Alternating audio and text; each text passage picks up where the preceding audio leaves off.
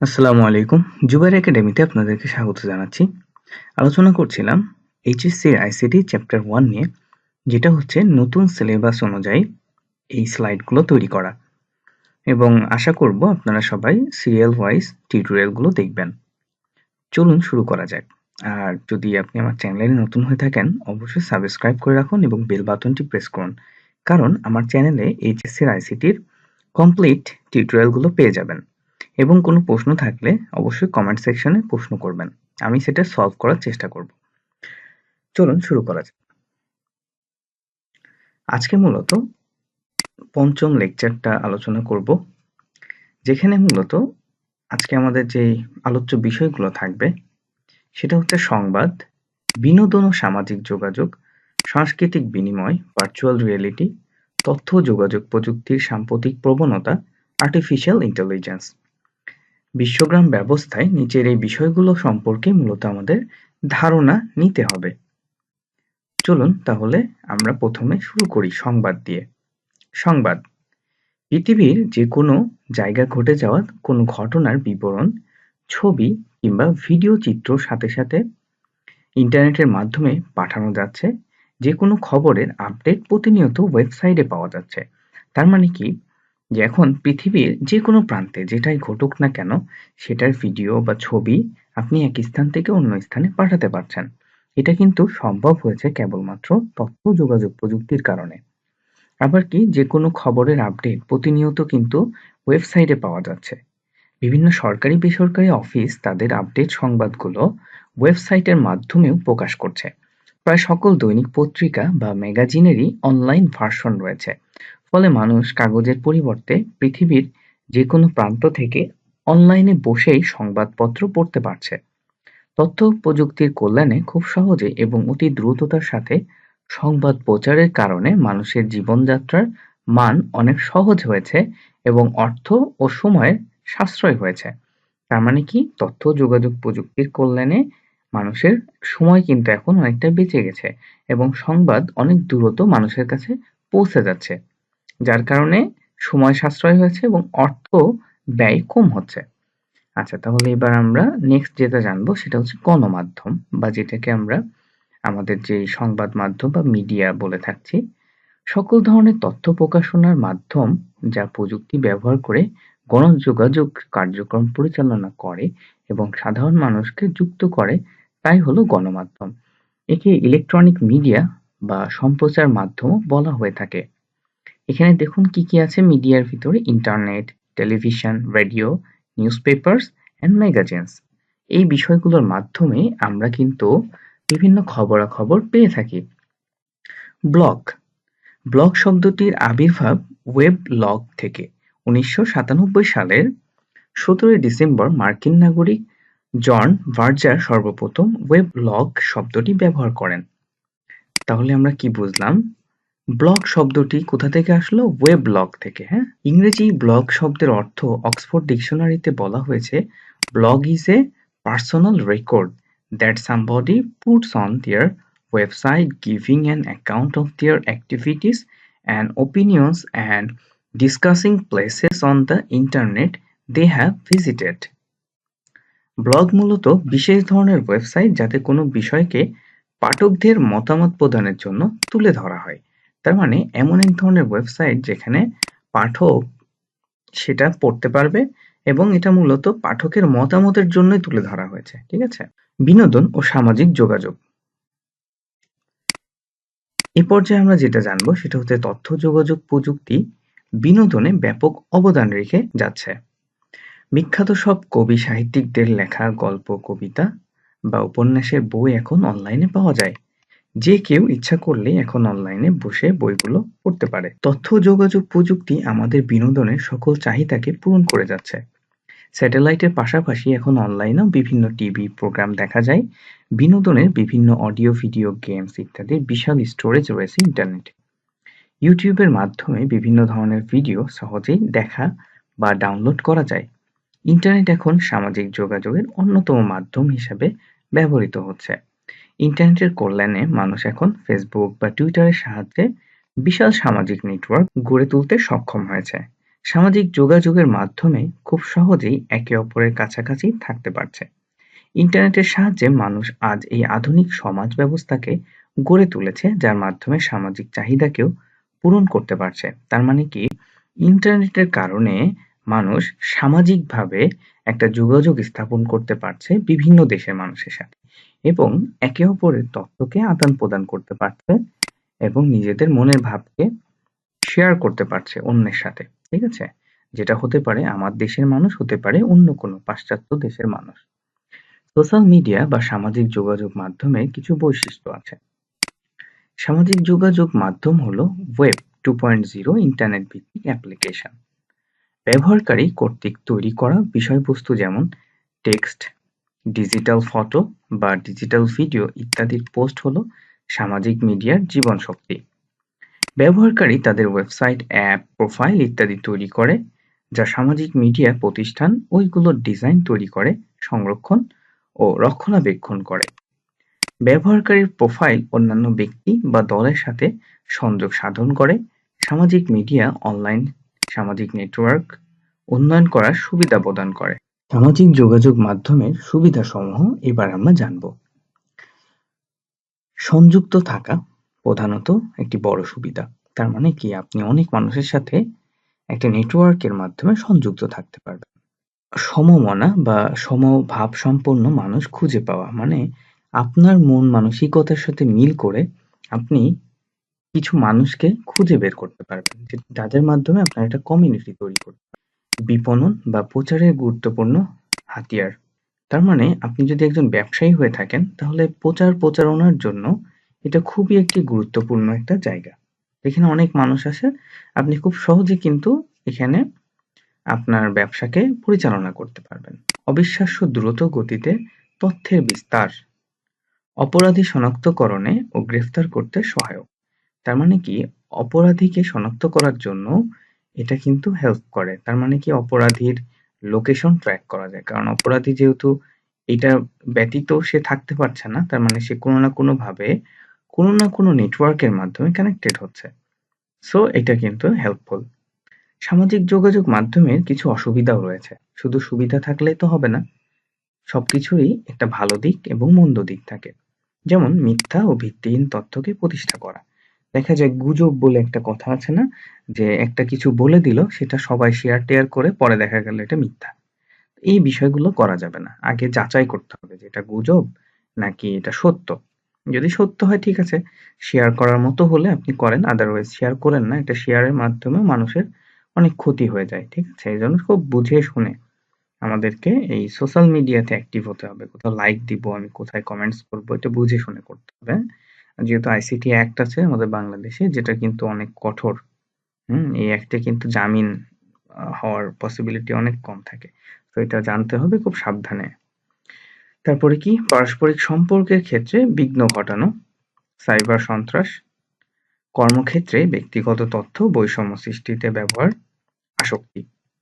এটার প্রতি অত্যধিক আসক্তি হয়ে গেলে আবার সমস্যা। আপনি ব্যবহার করছেন অ্যাজ ইউজুয়াল এমনি সময় পাস করার জন্য, ঠিক আছে, কিন্তু এটার প্রতি আসক্ত হয়ে যাওয়া যাবে না। ঠিক আছে? একেবারে এটা না করলে হচ্ছে না, এমন হওয়া যাবে না। আচ্ছা, সাংস্কৃতিক বিনিময়, এটা সম্পর্কে আমরা এখন জানব। বিশ্বায়নের ফলে সারা পৃথিবীর মধ্যে সংস্কৃতির বিনিময় চলছে। স্যাটেলাইট এবং ইন্টারনেটের কল্যাণে এক দেশের সংস্কৃতি অন্য দেশের নাগরিকরা অবলোকন করছে। আমাদের দেশের অনেক সংস্কৃতিতেই অন্য দেশের সংস্কৃতির অনুকরণ হচ্ছে। ঠিক একইভাবে অন্যান্য দেশেও আমাদের দেশের বা তাদের দেশের সংস্কৃতিতে বাংলাদেশের সংস্কৃতির অনুকরণ করছে। বিদেশিরাও কি আমাদের দেশকে ফলো করছে। ইন্টারনেটের মাধ্যমে ইউটিউব, ফেসবুক, টুইটার এগুলো সব সোশ্যাল মিডিয়া, এগুলোর মাধ্যমে ব্যবহার করে মানুষ সহজেই সংস্কৃতি বিনিময় করছে। তার মানে কি, আমরা যখন যেই বিষয়গুলো করে থাকি, তারাও কিন্তু এখন বর্তমানে দেখা যাচ্ছে আমাদের মতো করে আমাদের সংস্কৃতিকে তারা ধারণ করছে। আবার আমরাও পাশ্চাত্যের সংস্কৃতিকে, অনেকেই আছে আমরা এটা ফলো করছি। হ্যাঁ, তো এই বিষয়গুলো মাথায় রাখতে হবে আমাদের। এরপরে আমরা জানবো ভার্চুয়াল রিয়েলিটি। এটা খুবই ইন্টারেস্টিং একটি টপিকস, আশা করব আপনারা মনোযোগ সহকারে শুনবেন। ভার্চুয়াল রিয়েলিটি বা ভিআর হচ্ছে কম্পিউটার নিয়ন্ত্রিত সিস্টেম, যাতে মডেলিং ও অনুকরণ বিদ্যার প্রয়োগের মাধ্যমে মানুষ কৃত্রিম ত্রিমাত্রিক ইন্দ্রিয় গ্রাহ্য পরিবেশের সাথে সংযোগ স্থাপন বা উপলব্ধি করতে পারে। ভার্চুয়াল রিয়েলিটিতে অনুকরণকৃত পরিবেশ হুবহু বাস্তব পৃথিবীর মতো হতে পারে। এক্ষেত্রে অনেক সময় ভার্চুয়াল রিয়েলিটি থেকে বাস্তব অভিজ্ঞতা পাওয়া যায়, আবার অনেক সময় অনুকরণকৃত বা সিমুলেটেড পরিবেশ বাস্তব থেকে আলাদা হতে পারে। ভার্চুয়াল রিয়েলিটি মানে হচ্ছে যে আপনাকে এমন একটা ভার্চুয়াল জগৎ তৈরি করে দেওয়া হবে যেটাতে আপনার মনে হবে যে আপনি তার ভিতরে আছেন। মানে আপনি চলাফেরা করছেন। আগেকার আমলে ডাইনোসর ছিল, সে ডাইনোসরকে দেখতে পাচ্ছেন। আপনি টাচ করতে পারছেন। এই যে আপনার ভিতরে একটা অনুভূতি ফিল করানো, হ্যাঁ?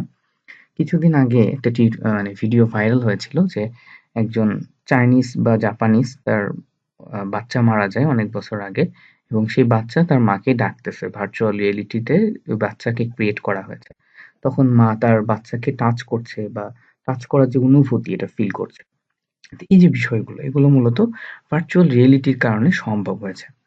আচ্ছা, তথ্য আদান-প্রদানকারী বিভিন্ন ধরনের ডিভাইস সম্বলিত চশমা, হেডসেটস, গ্লোভস, স্যুটস ইত্যাদি পরিধান করার মাধ্যমে ভার্চুয়াল রিয়েলিটিতে বাস্তবকে উপলব্ধি করা হয়। তার মানে কি এখানে কি থাকে? এখানে চশমা থাকে, হেডসেটস বা গ্লোভস এবং স্যুটস থাকে যেটা আপনার পড়তে হতে পারে, এবং আপনি গায়ে দিয়ে ওটা আপনার বডি থেকে সেন্স করবে। আপনার হাতের বিষয়গুলোকে গ্লোভ সেন্স করবে। হেডসেট থেকে কি আপনি ওটা দেখতে পারবেন, হ্যাঁ? চশমা যেটা থাকবে। ওকে। এরপরে আমরা আরো কিছু বিষয় সম্পর্কে জানবো ভার্চুয়াল রিয়েলিটি। চলুন দেখি। ভার্চুয়াল রিয়েলিটি সিস্টেম তৈরির উপাদান। ইফেক্টর। ইফেক্টর হলো বিশেষ ধরনের ইন্টারফেস যা ভার্চুয়াল রিয়েলিটি পরিবেশের সাথে সংযোগ সাধন করে, যেমন মাথায় বসানো display. Reality simulator. Reality simulator হলো এক ধরনের হার্ডওয়্যার যা ইফেক্টকে সংবেদনশীল তথ্য সরবরাহ করে, যেমন বিভিন্ন ধরনের সেন্সর। অ্যাপ্লিকেশন। অ্যাপ্লিকেশন হলো এক ধরনের সফটওয়্যার যা সিমুলেশনের প্রাসঙ্গিকতা বর্ণনা করে। জিওমেট্রি। জিওমেট্রি হলো ভার্চুয়াল পরিবেশের বিভিন্ন বস্তুর বাহ্যিক বৈশিষ্ট্য সম্পর্কিত তথ্যাবলী। আচ্ছা, আরেকটা বিষয় জানিয়ে রাখি, ভার্চুয়াল রিয়েলিটির মাধ্যমে কিন্তু বর্তমানে দেখা যাচ্ছে যে আপনার ড্রাইভিং, তারপরে হচ্ছে এই যে যারা হচ্ছে বিমান চালক তাদেরকে ট্রেন আপ করা যায়। তারপরে যারা কার রেসিং করতে চায় তাদেরকে কার রেসিং এর একটা এনভায়রনমেন্ট তৈরি করে দেওয়া যায় ভার্চুয়াল রিয়েলিটির মাধ্যমে। কিছু কিছু দেশে আছে যে ডাক্তারদেরকে প্র্যাকটিস করানোর জন্য একটা ভার্চুয়াল রিয়েলিটি ক্রিয়েট করা হয়, যে সে একটা অপারেশন টেবিলে কিভাবে অপারেশন করতে পারে। এতে করে সুবিধা হয়েছে কি, যে সে একটা প্র্যাকটিক্যাল নলেজ পাচ্ছে কিন্তু কোনো ক্ষতি সাধন ছাড়াই। ঠিক আছে? আচ্ছা, এরপরে আমরা যে বিষয়টা সম্পর্কে জানবো সেটা হচ্ছে ভার্চুয়াল রিয়েলিটি ব্যবহারের প্রয়োগ। এটার প্রয়োগ সম্পর্কে আমরা একটু এখন দেখি, হ্যাঁ? গেম শিল্প। বিভিন্ন প্রকার আধুনিক আকর্ষণীয় গেম তৈরিতে ভার্চুয়াল রিয়েলিটি ব্যাপকভাবে প্রয়োগ করা হয়, যেমন Xbox 360, PS4 ইত্যাদি। তার মানে এই ধরনের অনেক গেম আছে যেগুলোতে আপনার ভার্চুয়াল রিয়েলিটি ক্রিয়েট করা আছে। ঠিক আছে? শিক্ষা ও প্রশিক্ষণ। একটু আগেই বললাম, শিশু শিক্ষা, বিজ্ঞান শিক্ষা, প্রকৌশল শিক্ষার ব্যাপক প্রয়োগ দেখা যায়, যেমন নিউক্লিয়ার রিঅ্যাক্টরের অভ্যন্তরীণ বিক্রিয়া সিমুলেশনের মাধ্যমে শিক্ষার্থীরা অনুধাবন করতে পারেন। চিকিৎসা ক্ষেত্র। চিকিৎসা ক্ষেত্রে ভার্চুয়াল রিয়েলিটি প্রয়োগ করে বিভিন্ন ধরনের ভুল ও ঝুঁকি এড়ানো সম্ভব, যেমন সিমুলেটেড সার্জারির মাধ্যমে নতুন ডাক্তার ও মেডিকেল শিক্ষার্থীদের প্রশিক্ষণ দেওয়া সম্ভব। আবার সিমুলেটেড রোগীর উপর নতুন চিকিৎসা পদ্ধতি পরীক্ষামূলকভাবে চালানো সম্ভব। একটু আগেই এই বিষয়টা আপনাদেরকে বললাম, একটা আইডিয়া দিয়েছিলাম। এখানে সুন্দরভাবে সেটা দেখানো আছে। এই যে দেখুন, এখানে গেমের সেই ব্যবস্থাটা এখানে দেখানো হচ্ছে। এই যে শিক্ষাক্ষেত্রে যে গবেষণাগুলো করা হচ্ছে সেটার ভার্চুয়াল রিয়েলিটির প্রভাবটা এখানে এখানে দেখানো আছে বামে, এবং এখানে চিকিৎসা ক্ষেত্রে দেখানো আছে যে ভার্চুয়াল রিয়েলিটি কিভাবে ইফেক্ট ফেলছে। ঠিক আছে? তার ব্যবহারটা কি, প্রয়োগটা কি। এরপরে আমরা জানবো সামরিক বাহিনী। সামরিক বাহিনীতে কি হয়? সামরিক বাহিনীতে অনেক বছর যাবৎ মিলিটারি প্রশিক্ষণে ফ্লাইট সিমুলেটর ব্যবহৃত হয়ে আসছে। ভার্চুয়াল রিয়েলিটি ব্যবহার করে প্রচলিত ফ্লাইট সিমুলেটরের আরো উন্নতি সাধন করা সম্ভব। এছাড়াও ভার্চুয়াল রিয়েলিটির মাধ্যমে সিমুলেটেড ওয়্যার দ্বারা সৈন্যদের অনেক বেশি বাস্তব ও উন্নত প্রশিক্ষণ দেয়া যায়। তার মানে তাদেরকে একটা রিয়েল একটা ফিল্ডের অনুভূতি দেয়া যায়। ঠিক আছে? স্থাপত্য ও নির্মাণ শিল্প। স্থপতিগণ ভার্চুয়াল রিয়েলিটির মাধ্যমে কোনো ভবনের নকশা তৈরি করে বাস্তবে ভবন নির্মাণের পূর্বেই তার কাল্পনিক রূপদান করতে পারেন। ফলে ভবন কিরূপ হবে তা দেখা যায় এবং কোনো ত্রুটি থাকলে তা সহজেই ধরা পড়ে। ব্যবসা-বাণিজ্য। ব্যবসা-বাণিজ্যেও ভার্চুয়াল রিয়েলিটির ব্যবহার লক্ষ্য করা যায়। কোনো যন্ত্র বা পণ্য উৎপাদন শুরু করার আগে তা ভার্চুয়াল রিয়েলিটির মাধ্যমে তৈরি করে তার মান বা গুণাগুণ পরীক্ষার জন্য জনসমক্ষে উপস্থাপন করা যায়। শিল্প কারখানায় ভার্চুয়াল রিয়েলিটির মাধ্যমে শিল্প কারখানার উৎপাদন প্রক্রিয়ার সিমুলেশন করা হয়। ফলে উৎপাদন প্রক্রিয়া শুরু করার পূর্বে তার দক্ষতা, উৎপাদনশীলতা, ঝুঁকি ইত্যাদি পর্যবেক্ষণ করা যায়। ওকে, তাহলে আমরা এই ভার্চুয়াল রিয়েলিটির ব্যবহার সম্পর্কে জানছি। প্রাত্যহিক জীবনে আমাদের এই ভার্চুয়াল রিয়েলিটির একটা প্রভাব আছে। সেটা কি? ভার্চুয়াল রিয়েলিটির প্রয়োগের ফলে সমাজের ইতিবাচক ও নেতিবাচক দিক আছে। তার মানে কি? সবকিছুরই একটা ভালো এবং খারাপ দিক থাকবে।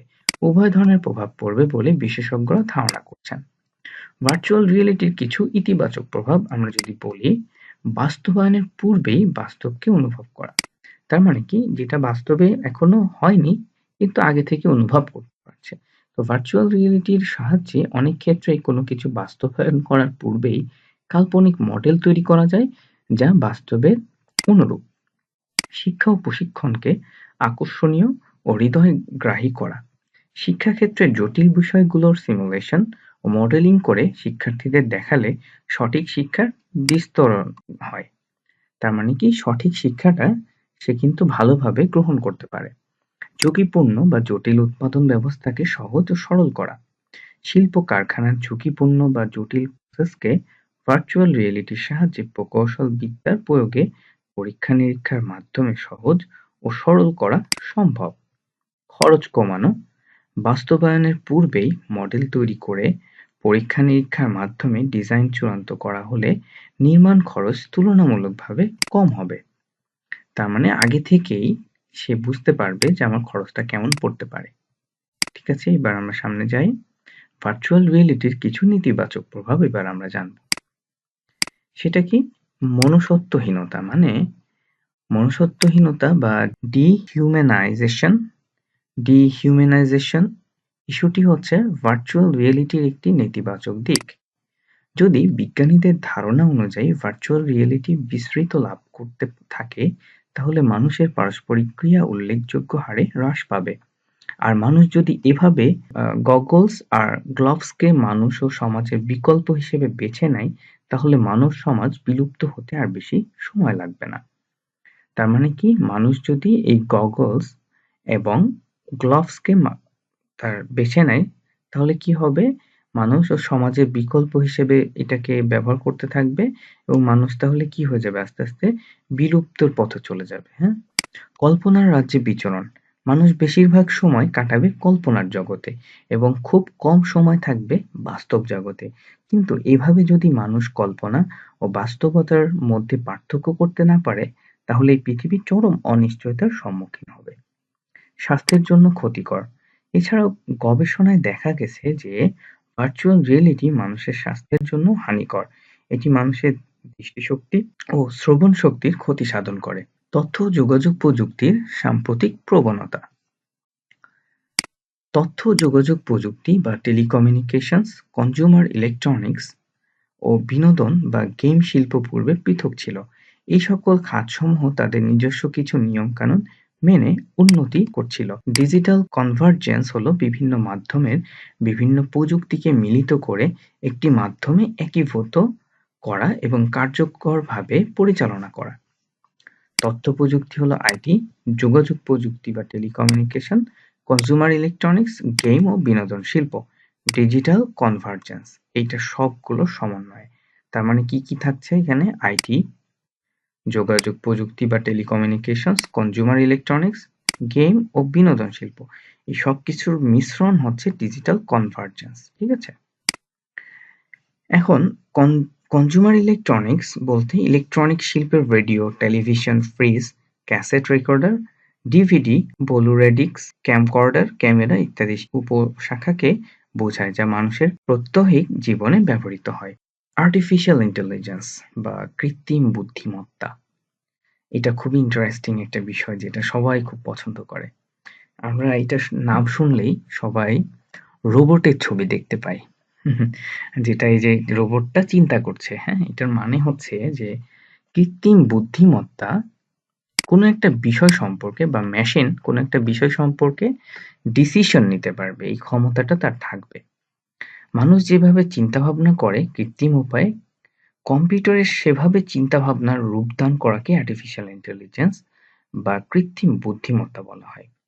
আর্টিফিশিয়াল ইন্টেলিজেন্স বা কৃত্রিম বুদ্ধিমত্তা হচ্ছে কম্পিউটার বিজ্ঞানের একটি শাখা, যেখানে মানবজাতির বুদ্ধিমত্তার মতো কম্পিউটার আচরণ করতে পারে। অধিকাংশ কৃত্রিম বুদ্ধিমত্তার গবেষক ও লেখকের মতে, কৃত্রিম বুদ্ধিমত্তা হল the study and design of intelligent agents, where an intelligent agent is a system that perceives its environment and takes actions that maximize its chance of success.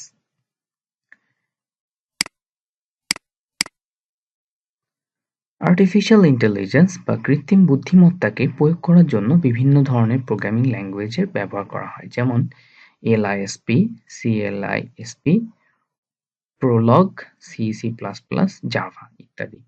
এই ধরনের প্রোগ্রামকে কয়েকটি বিশেষ ভাগে ভাগ করা যায়, যেমন সূত্রের প্রতিপাদন ও সমস্যা সমাধান, ডিডাকশন অ্যান্ড প্রবলেম সলভিং, জ্ঞানের উপস্থাপন। আরেকটা ল্যাঙ্গুয়েজ খুব জনপ্রিয়তা পেয়েছে, সেটা হচ্ছে পাইথন। ঠিক আছে? আচ্ছা, এরপরে কি পরিকল্পনা, যন্ত্রের শিক্ষায়, স্পিচ ও প্যাটার্ন শনাক্তকরণ ইত্যাদি। মানে এই বিষয়গুলো সাধারণত করে থাকে আর্টিফিশিয়াল ইন্টেলিজেন্সের এই ধরনের প্রোগ্রামকে কয়েকটি বিষয়ে ভাগ করে মূলত করা হয়ে থাকে। এরপরে আমরা যেটা জানবো সেটা হচ্ছে এক্সপার্ট সিস্টেম। এক্সপার্ট সিস্টেম হলো কৃত্রিম বুদ্ধিমত্তার একটি প্রয়োগ। এটি একটি কম্পিউটার সিস্টেম যা মানুষের চিন্তা ভাবনা করার দক্ষতা এবং সমস্যা সমাধানের সক্ষমতাকে একত্রে ধারণ করে। যেমন দেখুন, এখানে এটা যদি ফিগার দেয়া আছে, নন এক্সপার্ট ইউজার, এখান থেকে সে কি করলো, কোয়েরি করলো ইউজার ইন্টারফেসে, যেটা হচ্ছে ইউজার ইন্টারফেস। এক্সপার্ট কি করছে, নলেজ বেস এটার ভিতরে সে হচ্ছে ইনপুট করছে কোনো কিছুকে, যেহেতু তার নলেজ আছে। আর নন এক্সপার্ট ইউজার কি করছে, কোয়েরি করছে ইউজার ইন্টারফেসে। ওকে, এখান থেকে ইনফারেন্স ইঞ্জিনে তার এই কোয়েরিটা ফরওয়ার্ড করছে। দেন এখান থেকে সে এই যে নলেজ বেস যে জায়গাটা, এখান থেকে সে এই ইনফারেন্স ইঞ্জিনের মাধ্যমে সে তার কাছে আবার রিটার্ন দেয়া হচ্ছে তার যে অ্যাডভাইসটা তার দরকার সেটা। ঠিক আছে? তো একটা এক্সপার্ট সিস্টেমের বেসিক একটা কার্যক্রম এখানে দেখানো আছে। আজকের এই পার্টটাকে শেষ করি এবং কোনো প্রশ্ন থাকে সেটা সম্পর্কে কোনো আলোচনা করি তাহলে ভালো হতো। কিন্তু যেহেতু আমাদের এটি রেকর্ডকৃত একটি ক্লাস, এখানে প্রশ্ন উত্তর নেওয়া সম্ভব না। তো আপনারা কমেন্ট সেকশনে প্রশ্ন করুন, আমি ইনশাল্লাহ উত্তর দেওয়ার চেষ্টা করব। প্রিয় শিক্ষার্থীবৃন্দ, কেমন লাগছে জানাবেন। ভিডিওটি একটি লাইক করবেন আর কমেন্টস করে জানাবেন। অবশ্যই সাবস্ক্রাইব করে বেল বাটনটি প্রেস করে রাখুন এবং নিজের কলেজ গ্রুপগুলোতে শেয়ার করুন। ভালো থাকবেন সবাই। আসসালামু আলাইকুম ওয়া রাহমাতুল্লাহ।